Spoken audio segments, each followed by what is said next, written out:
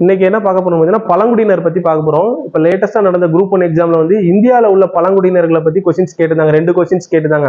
இப்போ நீங்க லேட்டஸ்டா வேற கொஸ்டின் பேப்பர்ஸ்ல பாத்தீங்கன்னா வந்து இந்தியாவில் என்னென்ன பழங்குடியினர் இருக்கிறாங்க அப்படின்னு சொல்லி கேட்டிருப்பாங்க. ப்ரீவியஸ் குரூப் 2 குரூப் 4 கொஸ்டின்ஸ் எல்லாம் கேட்டிருப்பாங்க.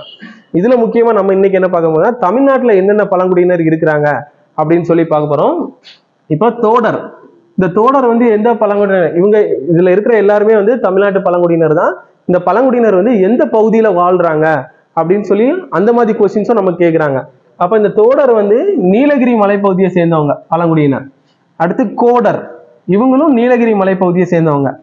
அடுத்து குறும்பர், இவங்களும் நீலகிரி மலை மற்றும் சமவெளி பகுதிகளை சேர்ந்தவங்க. அடுத்து இருளர், மாநிலம் முழுவதும் அதாவது தமிழ்நாடு முழுவதும் இந்த இருளருங்கிறவங்க என்ன பண்றாங்க, பரவலா காணப்படுறாங்க. இந்த ஜெய்பீம் படத்துல பாத்தீங்கன்னா இந்த பாம்பு பிடிக்கிறவங்க அப்படின்னு சொல்லி ஒரு சமுதாயத்தினர் காமிச்சிருப்பாங்கல்ல, அவங்கதான் அந்த இருளர். இவங்க வந்து மாநிலம் முழுவதும் பரவலாக காணப்படுறாங்க. அடுத்து பலியர், இவங்க நீலகிரி மலைப்பகுதி. அடுத்து முதுவர், கோயம்புத்தூர் மற்றும் மதுரை. அடுத்து அரணாடன், இவங்க வந்து ஆனைமலை பகுதி. அடுத்து எரவல்லன், இவங்க வந்து கோயம்புத்தூர். அடுத்து மலவேடன், இவங்க வந்து கொடைக்கானல் மலை.